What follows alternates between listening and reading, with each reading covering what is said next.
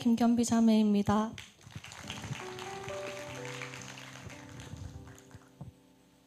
먼저 아울리치 가운데 저를 불러주신 하나님께 감사합니다.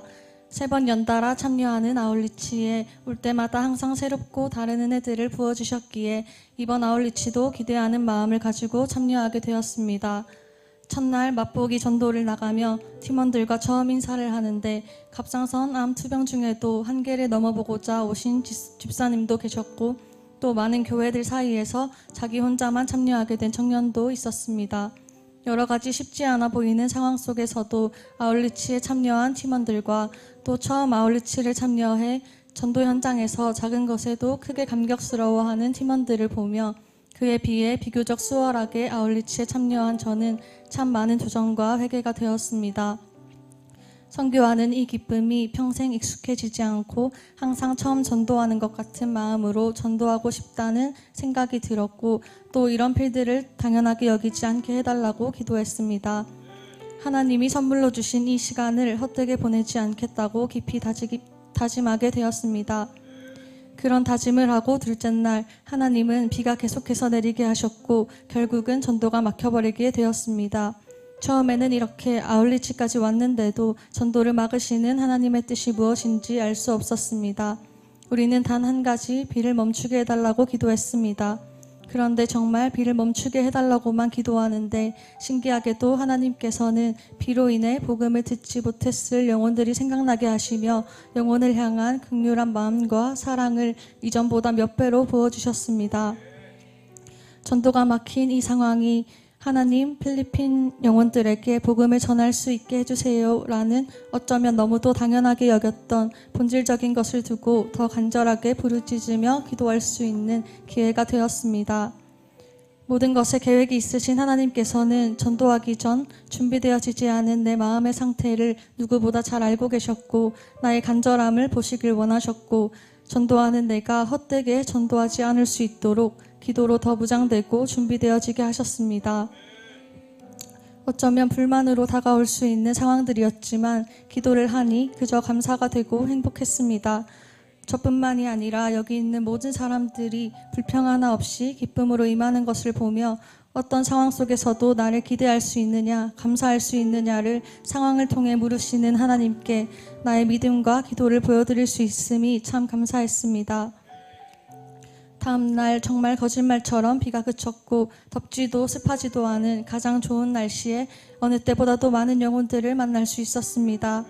하나님께서 이번 아울리치에서는 내가 당연하게 여겼던 전도를 할 수 있는 필드, 복음을 전할 수 있는 영혼들을 막으시기도 하고 또 부어주시기도 하시며 그것이 결코 당연한 것이 아님을 모든 것을 주관하시고 허락하시는 분은 오직 하나님 한 분이심을 비를 통해 보여주셨습니다. 그러니 이 허락된 필드에 더 감사할 수밖에 없었습니다.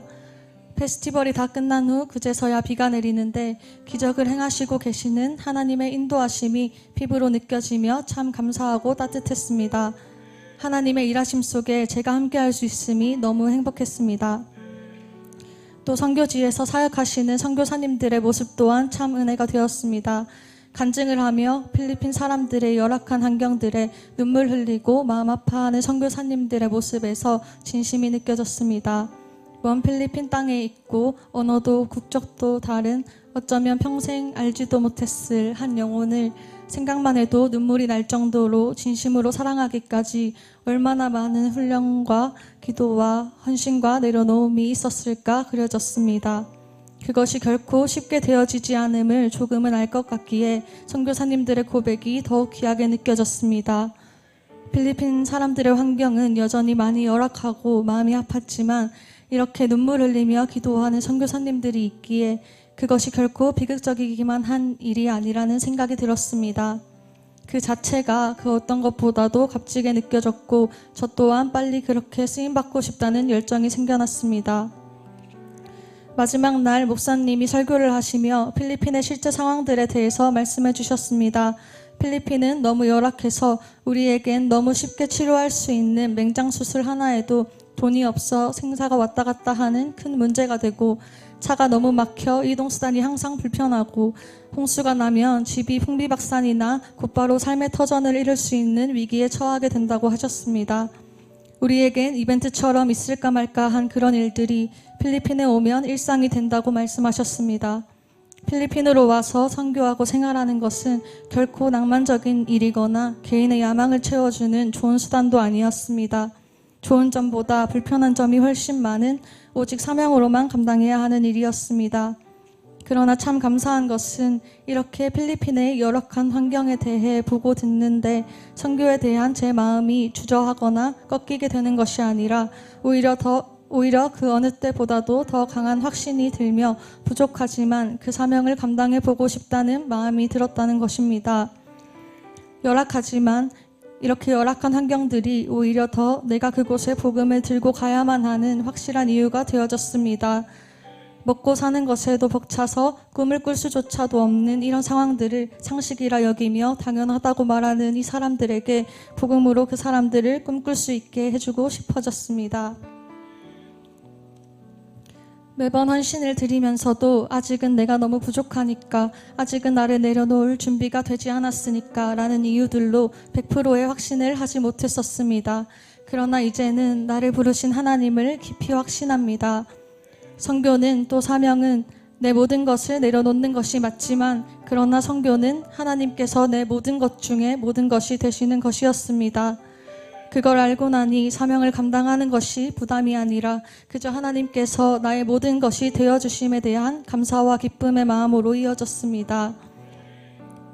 내가 달려갈 길과 주 예수께 받은 사명, 곧 하나님의 은혜의 복음을 증언하는 일을 마치려 함에는 나의 생명조차 조금도 귀한 것으로 여기지 아니하노라. 사도행전 20장 24절 말씀. 아멘. 생명의 위협이 있을 것을 알아도 달려가는 것이 사명이라고 하셨습니다.